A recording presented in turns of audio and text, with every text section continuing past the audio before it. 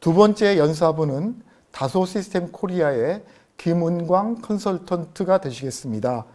도시 인프라의 디지털 전환 사례 및 전망을 주제로 말씀을 주시겠습니다.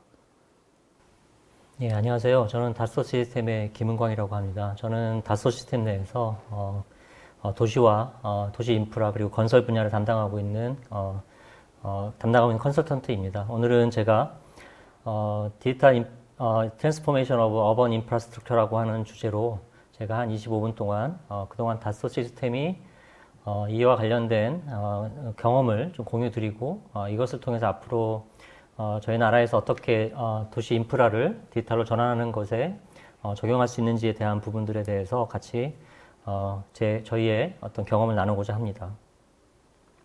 먼저 다소시스템을 좀 많이 모르시는 분들이 계셔서 간략하게만 먼저 좀 말씀드리면 1981년도에 다소 항공의 3D CAD를 담당하던 그 사람들이 나와서 만든 회사가 바로 다소 시스템이 되고요.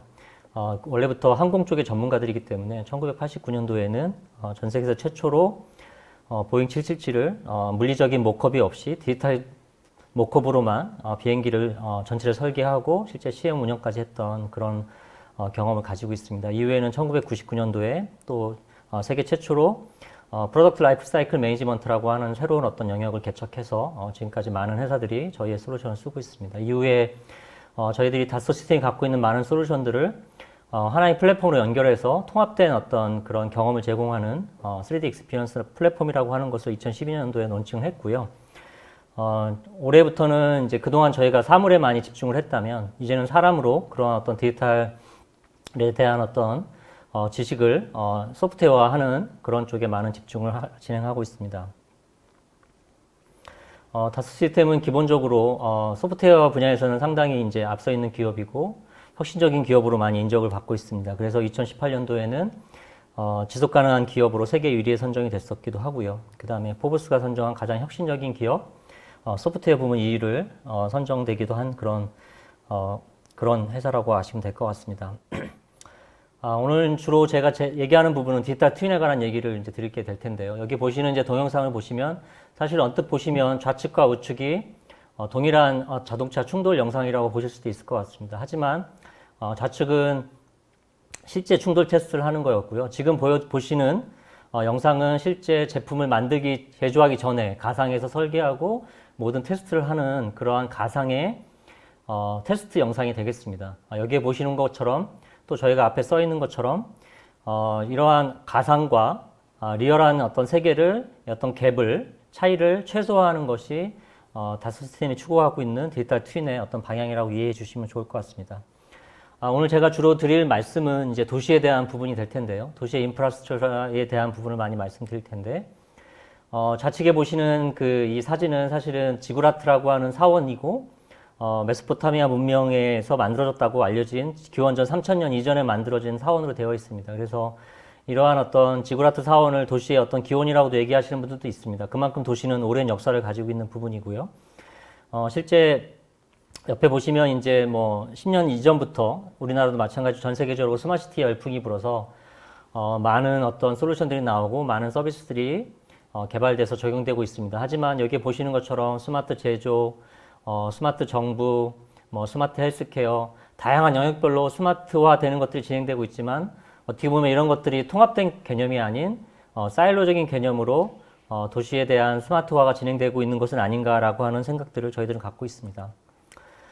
그리고 또한 이 도시라고 하는 것은 워낙 복잡하고 많은 것들을 커버하고 있기 때문에 여기 보시는 것처럼 도시에 새로운 혁신적인 서비스가 도입이 되게 되면 사람들의 어떤 행태도 바뀌게 되고 사람들의 어떻게 보면 생활의 습관도 바뀌게 됩니다. 그리고 이에 따라서 도시의 많은 인프라스트럭처도 같이 변화되게 되는데요. 간단한 예로 말씀을 드리면 사실 2007년도에 웨이지라고 하는 서비스가 도입이 되고 나서 많은 사람들이 어떤 막히지 않는 길로 갈 수 있고 어떤 편리함을 많이 누리게 되었지만 이로 인해서 기존에 사람들이 다니지 않았던 골목길로 차들이 다니기 시작하고 그로 인해서 골목길에 혼잡해지고 이로 인한 또 관련된 사고도 발생했었고요. 또한 우버라고 하는 것이 2009년도에 서비스가 출시된 이후에 사람들이 정말로 많은 편리함을 느끼고 이 서비스를 이용하고 있습니다. 하지만 도시에 이 우버라고 하는 서비스가 생김으로 인해서 새로운 픽업 존이라든가 드랍오프 존이 생기고 또는 공항에도 이러와 관련된 다른 어떤 새로운 어떤 인프라들이 설치가 돼서 이러한 서비스를 서포트하는 그런 도시의 많은 변화들이 일어나게 됩니다. 여기에 제가 말씀드리고 싶은 거는 이렇게 새로운 어떤 혁신적인 기술로 인해서 서비스가 새로 돌아오게 되면 도시는 그거에 맞춰서 탄력적으로 대응해야 되는 것이 무엇보다 중요하다라는 말씀을 저는 드리려고 하는 거고요. 근데 더욱더 이 부분에 있어서 더욱더 중요한 것은 도시가 단순한 그런 시스템이 아니라 아주 복잡한 시스템이라고 하는 겁니다. 여기 보시는 것처럼 도시 내에 많은 어떤 그런 시스템들이 또는 어떤 영역들이 서로 밀접한 연관관계를 맺고 있고요. 그 상호 의존하고 서로 연관성을 갖고 있습니다. 그리고 도시는 특히나 한번 의사결정을 하게 되면 그것들이 계속해서 지속되고 한번 만들어진 어떤 하나의 도시의 인프라는 다시 되돌리는데 많은 비용과 위험이 뒤따르게 되어 있습니다. 그래서 그만큼 도시는 어떤 인프라를 설치하거나 변경을 할 때는 충분한 검토와 어떤 정확한 의사결정을 하기 위한 어떤 체계적인 플랫폼이 필요하다고 보고 있습니다. 그래서 그런 부분들에 대해서 오늘 제가 주로 집중해서 말씀을 드리도록 하겠습니다. 즉, 이러한 도시의 어떤 인프라에 대한 부분을 저희가 모니터링하고 어떤 분석하고 시뮬레이션하고 의사결정을 하려면 사실은 그러한 어떤 각 객체 간의 서로 연결성을 기술적으로 연결해 줘야 되는 부분이 있는데 결국에는 사람과 데이터와 프로세스들이 서로 연결된 형태의 그런 어떤 데이터 모델이 필요하다고 볼 수 있습니다. 이것이 바로 저희들이 흔히 얘기하는 시스템 오브 시스템이라는 관점에서 이것을 봐주셨으면 좋겠고요. 또한 도시에는 아주 다양한 어떤 그런 사물들과 시설들과 인프라가 존재하기 때문에 그것들의 각각의 객체의 어떤 속성에 따라서 스케일 자체가 다릅니다. 도시의 가로등이 갖고 있는 어떤 속성과 스케일이 다르고 빌딩이 다르고 또는 더 큰 캠퍼스가 더 다를 수도 있고요. 또 그것들이 다 모아진 도시는 이런 것들을 다 담을 수 있는 그런 멀티 스케일을 지원할 수 있는 그런 체계로 진행이 돼야 됩니다. 따라서 도시라고 하는 것은 새로운 어떤 혁신을 이루기 위해서는 방금 말씀드렸던 어떤 그런 다양한 영역들이 진화되고 또는 새로운 서비스가 들어오고 또한 여러한 어떤 혁신적인 서비스를 이용하는 모바일 서비스를 이용하는 어떤 고객들이 있을 텐데 그러한 어떤 다양한 그런 구성 요소들을 하나로 다 모으고 그리고 그것들을 기반으로 새로운 서비스를 모델링하고 그것들이 과연 시민들이나 또는 도시가 어떻게 변화될지를 예측하고 그것을 시뮬레이션 할 수 있는 그런 어떤 인프라가 필요하다고 볼 수 있습니다. 그래서 이러한 어떤 프레임워크를 가지고 어떤 도시를 변화시켜 나갈 때 제대로 된 어떤 변화나 혁신이 이루어질 수 있다고 생각을 하고 있습니다. 그러면 방금 말씀드린 그런 어떤 통합적인 어떤 인프라적인 요소 개념의 플랫폼을 어떻게 돼야 되는 건지 저희가 했던 사례를 간단하게 좀 보면서 말씀을 드릴 텐데요. 여기 보시고 있는 이 사진은 실제 저희가 저희가 버추얼 싱가포르라고 하는 프로젝트를 통해서 실제의 환경을 가상의 환경으로 플랫폼을 통해서 구성한 다음에 다양한 저희가 시뮬레이션을 통해서 도시를 개선하고자 했던 그런 사례라고 보시면 될 것 같습니다. 간단하게 영상을 보면서 설명을 드리도록 하겠습니다. 많이 보셨던 싱가포르의 어떤 도시의 모습인데요. 이것들을 저희가 다양한 데이터를 기반으로 해서 3D로 모델링을 하고 이를 기반으로 다양한 테스트를 진행을 했습니다. 이렇게 하나의 통합된 모델을 만들었던 이유는 어떤 도시의 통합적인 관점에서 도시를 이해하고 어떤 새로운 서비스나 인프라를 도입할 때 어떻게 영향을 미치는지 알아보기 위함이었습니다. 여기 보시는 것처럼 저희가 새로운 도시의 고가도로를 만들려고 할 경우에 그 고가도로의 모델을 BIM 데이터로 설계를 하였고요.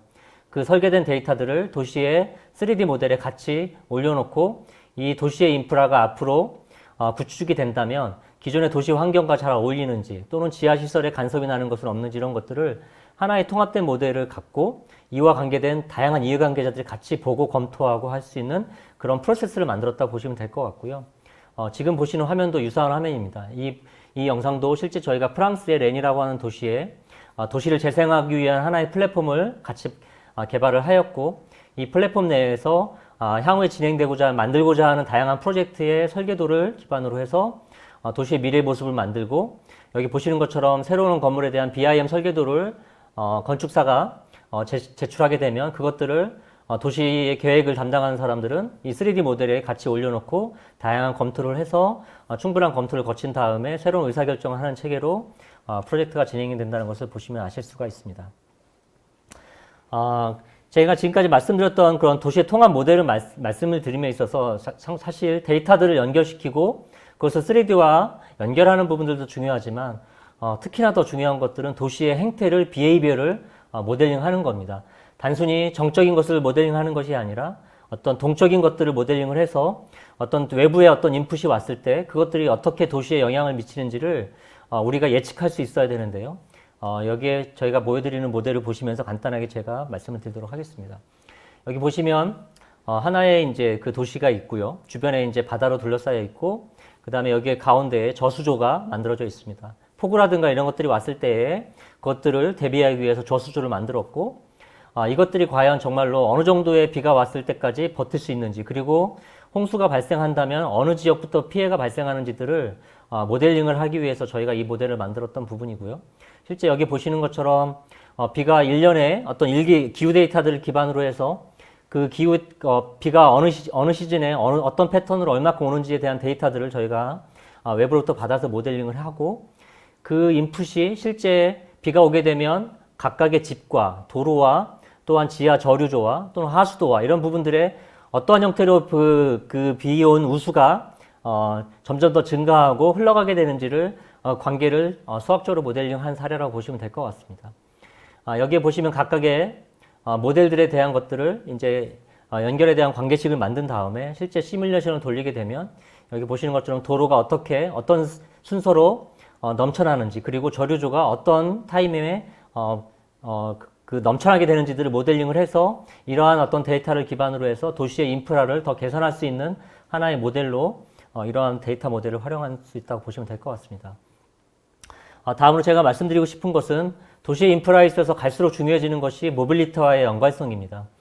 예전에는 사실 자동차라고 하는 것은 하나의 기계였지만 이제는 거기에 전자적인 시스템과 수많은 소프트웨어가 같이 결합된 아주 복잡한 그런 어떤 통합적인 시스템으로 자동차는 구성이 되어 있고, 거기에 자율주행이라고 하는 기술이 접목되면서 더욱더 복잡한 시스템으로 되어 있습니다. 그래서 이러한 자동차 모빌리티의 혁신은 사실은 기계가 아닌 전자와 소프트웨어가 한 80% 이상을 차지하고 있습니다. 그래서 이러한 복잡한 시스템들에 결합된 어떤 하나의 자동차의 어떤 모빌리티의 어떤 서비스를 우리가 새롭게 개선하고자 한다면 도시라의 인프라와 어떻게 잘 연결돼야 되고 고객의 경험을 어떻게 설계해야 되는지에 대해서 충분한 사전의 검토가 필요한데요. 이것을 가상 공간에서 할 수 있다면 훨씬 더 효과적일 것이라고 보고 있습니다. 그래서 해외의 선도적인 기업들은 이런 것들 이미 가상 공간에서 설계하고 테스트하는 것들을 진행하고 있는데요. 그러한 부분들에 대해서 좀 말씀드리도록 하겠습니다. 여기 보시는 어떤 하나의 기사는 사실은 엔비디아와 그 보쉬라고 하는 자동차 부품을 만드는 회사가 협력을 하고 있다는 내용인데요. 예전에는 사실은 자동차 회사들끼리 부품 회사와 메이커가 같이 협력했지만 이제는 다양한 소프트웨어 회사들이 같이 협력하는 새로운 에코 시스템이 만들었다고 볼 수 있습니다. 그래서 이런 것들의 어떤 그런 것들을 도입할 때는 사실은 이런 것들을 가상에서 테스트할 수 있는 여러 그런 에코시스템 구성하는 그 파트너들이 이해관계자들이 같이 통합적인 어떤 환경에서 테스트할 수 있는 가상 환경이 필요한데요. 이런 부분들이 어떤 의미를 갖는지를 설명을 드려보도록 하겠습니다. 실제 새로운 자율주행에 대한 것들은 지금 전 세계적으로 수많은 기업들이 연구하고 있지만 사실 그것들을 상상하고 기획하고 테스트해보고 고객한테 그것들을 전달할 때까지는 많은 단계를 거쳐야 되고 많은 테스트를 거쳐야 될 것입니다. 그래서 그것들이 어떻게 진행되는지를 간단하게 한번 말씀드리는데요. 여기 보시는 영상은 실제 고객한테 자율주행 택시라는 서비스를 기획할 때 어떻게 가상에서 미리 고객들의 경험을 설계하고 테스트해 본지를 보여주는 그런 영상이라고 보시면 될 것 같습니다.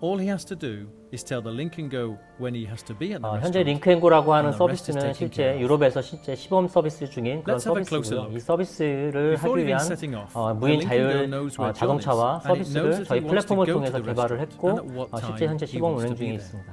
The Link & Go calculates the best time to come and pick up John, taking into account the real-time traffic conditions. John has paid for the Link & Go service. The vehicle is shared, but John wants it to feel like it's his own vehicle. The Link & Go configures the passenger experience in advance, so John feels right at home when he gets in. But why travel alone? Car sharing is now fun and easy, so why not share costs with someone else? But how was this service created for the Link & Go? It's all about combining lots of data coming from various sources.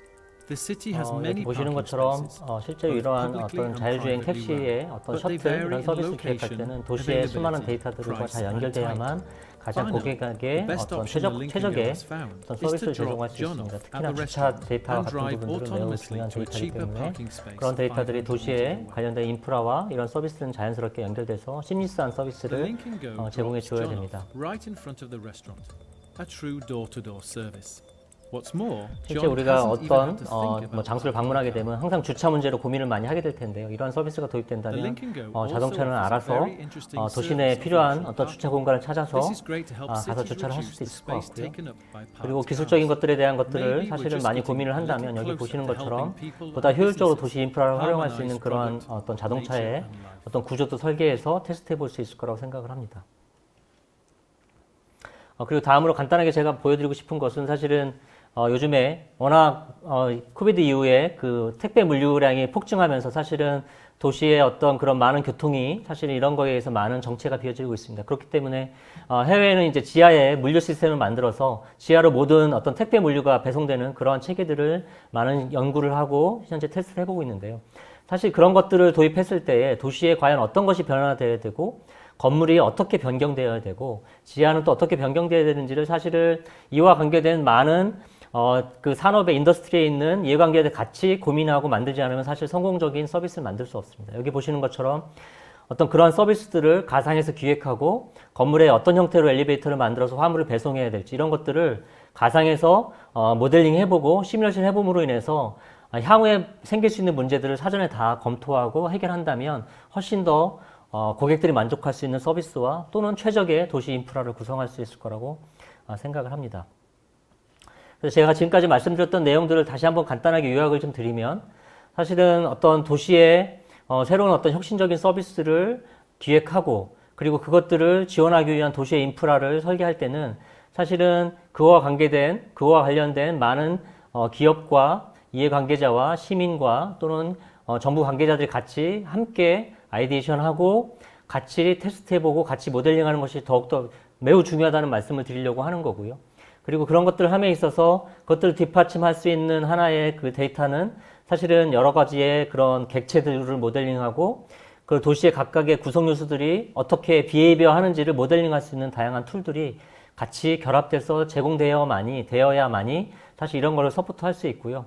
그리고 이런 것들을 함에 있어서 도시의 모든 데이터들, 수도 없이 많이 생성되는 빅데이터들을 분석하고 연결해 줄 수 있는 그러한 어떤 데이터 플랫폼도 같이 연결될 때만이 도시가 보다 더 나아질 수 있는 그런 체계로 될 수 있을 거라고 생각을 하고 있습니다. 그리고 좀 마지막으로 말씀드리려고 하는 하나의 사례는 저희가 이제 해외에 이제 두바이 공항에 적용했던 버추얼 에어포트 사례입니다. 우리나라도 아마 내년부터는 사실은 항만과 공항과 철도 쪽에도 이러한 디지털 트윈을 적용한 그러한 어떤 새로운 시도들을 진행하려고 준비하는 걸로 알고 있습니다. 정부의 디지털 위들과 연계돼서 사실 우리나라의 도시의 인프라들이 이제 특히나 중요한 것들이 많이 있는데요. 특히 시민들이 많이 이용하는 게 철도와 항만과 그리고 이런 공항이 될 것입니다. 그래서 이런 버추얼 에어포트를 설계함에 있어서 어떤 것들이 중요한지 이런 부분들을 한번 저희가 사례를 통해서 한번 말씀을 드려보도록 하겠습니다. 특히나 공항에 갔을 때 시민들이 가장 어려움을 겪는 것이 그런 거죠. 갑자기 연휴가 돼서 사람들이 많이 이제 특정한 시간대에 많이 몰리게 되면 대기 라인이 길어지게 되고 그 대기 라인이 길어졌을 때 비행기 시간과의 어떤 그 갭이 많이 없을 때 여유가 없을 때 사람들이 많이 긴장하게 되고 많이 서두르게 됩니다. 그러면 공항에서는 그러한 상황들을 미리 예측하고 거기에 맞게 리소스를 배정해서 효과적으로 그런 어떤 고객들을 처리할 수 있는 그런 출국을 처리할 수 있는 그런 인프라를 만드는 것이 무엇도 중요할 것이고요. 그런 것들을 할 때 충분히 미리 검토하고 시뮬레이션해서 적절하게 리소스를 배정하는 것이 매우 중요하다고 생각을 합니다. 또한 이런 것들을 기반으로 해서 공항 전체에 어떤 복잡한 시스템들이 구성이 되어 있을 텐데요. 그런 어떤 항공기를 처리하는 부분, 그 다음에 네트워크를 처리하는 부분, 그 다음에 공항 전체 시설을 운영하는 부분, 그 다음에 현장의 어떤 보안이라든가 어떤 그런 것들, 전반적인 것들에 대한 것들을 통합적으로 보고 의사결정을 하는 것이 매우 중요할 텐데요. 이런 것들을 빠르고 효과적으로 의사결정할 수 있는 시스템이 이런 인프라에서는 더욱더 중요하다고 볼 수 있을 것 같습니다. 그래서 그러한 사례로서 지금 저희가 보여드리는 것은 도시의 이제 공항 내에 어떤 그 출국이라든가 어떤 그 출입국이라든가 화물을 처리함에 있어서 어떤 이슈가 발생한다고 했을 때 그것들을 어떻게 처리하는지를 한번 그런 사례를 통해서 영상을 보여드리면서 설명을 드리도록 하겠습니다.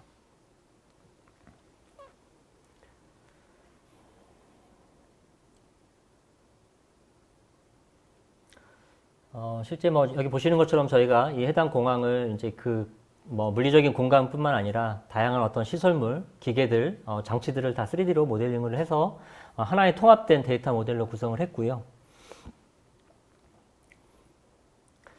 여기 보시면 각각의 뭐 보안 검색대라든가 체크인 카운터라든가 이런 것들을 하나하나 다 디지털로 모델링을 했고 그것들이 실제 시간이 지남에 따라서 어떻게 실제 그 혼잡도가 발생하는지 이런 것들을 사전에 다 시뮬레이션을 해서 모델링을 하는 그런 모델링 체계를 만들었습니다. 근데 여기 보시는 것처럼 좌측 아래 보이는 빨간 그런 어떤 그 검색대는 사실 지금 빨간색으로 보이는 것은 상당히 정체가 발생하고 있다는 걸 알 수 있습니다. 그래서 실제 이 정체로 인해서 향후에 몇 시간이 지남에 따라서 시뮬레이션 결과를 분석을 해본 결과 앞으로 다른 어떤 검색대 라인들도 정체가 발생하고 있다는 것을 미리 확인할 수 있었습니다. 그랬을 때 사실은 현재 기존의 계획과 현재 어떤 상황이 문제가 어떤 차이가 발생해서 실제 정체가 발생하는지를 시스템을 통해서 분석해 본 결과 기존의 계획은 3개의 어떤 출입국 카운트를 열려고 했었는데 실제 어떤 리소스의 부족이 발생해서 현재 2개 카운터가 오픈되어 있는 그런 상황을 확인하게 되었습니다. 그래서 이러한 문제를 해결하기 위해서 어떻게 하면 실제로 그 리소스를 여기에 더 배정을 하고 다른 곳에 해결할 수 있는지를 통합적인 관점에서 기존에 만들어진 모델을 가가 어떤 그 시뮬레이션 어떤 모듈을 통해서 실제 리소스를 최적화하는 시뮬레이션을 진행하게 됩니다. 그래서 다양한 옵션을 가지고 실제 그 옵션을 변경할 때마다 어떻게 검색대의 대기 라인이 변경하는지 이런 것들에 대한 것들을 다양한 시뮬레이션을 실시간으로 돌려본 다음에 어떤 방식으로 그 리소스를 배정했을 때에 공항 전체에 리소스가 최적화돼서 적용되고 그 다음에 고객의 어떻게 보면 그 대기 시간을 최소화하는지에 대한 것들을 분석을 한 다음에 적용해서 빠르게 어떤 문제를 해결하는 그런 하나의 어떤 모델이었고 사례라고 보시면 될 것 같습니다. 짧은 시간이지만 저희가 그동안 도시와 관련됐던 그런 경험과 사례를 말씀을 드렸는데요. 마지막으로 제가 말씀드리고 싶은 부분은 여기에 보시는 것 같이 도시의 어떤 그런 생태계를 구성하고 있는 다양한 어떤 객체들과 그 다음에 그로 인해서 발생하는 다양한 데이터들 그리고 그것을 사용하고 있는 시민들 그리고 그러한 서비스를 제공하는 기업들 그리고 도시를 구성하고 있는 또 다른 어떤 이해관계자들이 서로 다 연결될 수 있는 하나의 연결고리를 만들어주는 것이 무엇보다 중요하고요. 그리고 그렇게 해서 만들어진 그런 데이터들을 통합적으로 관리하고 릴레이션을 파악할 수 있는 하나의 도시 전체를 디지털 모컵을 만드는 그러한 어떤 통합적인 참조 모델을 만드는 것이 두 번째로 중요하다고 생각을 하고 있습니다. 그리고 그런 것들을 통합적으로 분석해서 이슈를 파악하고 어떤 것을 개선해야 될지를 손쉽게 파악할 수 있는 그러한 어떤 어떻게 보면 분석 도구가 필요할 것이고요. 그리고 그런 것들을 통해서 개선해야 되는 것들의 어떤 요구가 발생했을 때 그것들을 어떻게 설계할지 하는 그런 어떤 효과적인 설계 도구 그리고 그 설계된 것이 정말로 의도대로 제대로 작동할 건지를 검증해 볼 수 있는 그런 시뮬레이션 도구들이 같이 결합이 됐을 때에 가장 도시를 최적화된 형태로 계속해서 개선하고 발전시켜 나갈 수 있을 거라 보고요. 이렇게 만들어진 데이터들은 실제 운영을 하면서 계속해서 업데이트되고 갱신되고 더 발전되고 그 모델은 더 정교화 될 것이라고 저희들은 보고 있습니다. 이제 마지막 페이지인데요. 사실은 오늘 짧은 시간 안에 여러 가지 사례들을 좀 빠르게 말씀을 드렸지만 제가 궁극적으로 말씀드리고 싶은 것은 지금까지의 어떤 많은 어떤 기술 요소들이 이제는 디지털 트윈이라고 하는 기술을 통해서 결합되고 서로 연결되어서 많은 시너지를 만들어내고 있습니다. 그리고 그러한 가상 공간에서 사전에 많은 것들을 기획해보고 검증해보고 테스트해보면 인해서 사실은 기존에 발생하던 많은 리스크를 줄일 수 있었고 그리고 또한 많은 비용을 절감할 수 있었기 때문에 보다 리얼 월드를 보다 개선하고 향상시킬 수 있는 아주 중요한 도구로서 디지털 트윈은 활용되고 있고요. 이러한 디지털 트윈 기술은 앞으로 우리나라의 도시 인프라를 새롭게 만들고 개선하고 혁신시켜 나가는 데 많은 기여를 할 거라고 생각을 하고 있습니다. 예, 이상으로 설명을 마치도록 하겠습니다. 감사합니다. 도시 인프라의 디지털 전환 사례와 전망이라는 주제를 가지고 김은광 컨설턴트님의 발표를 들었습니다. 감사합니다.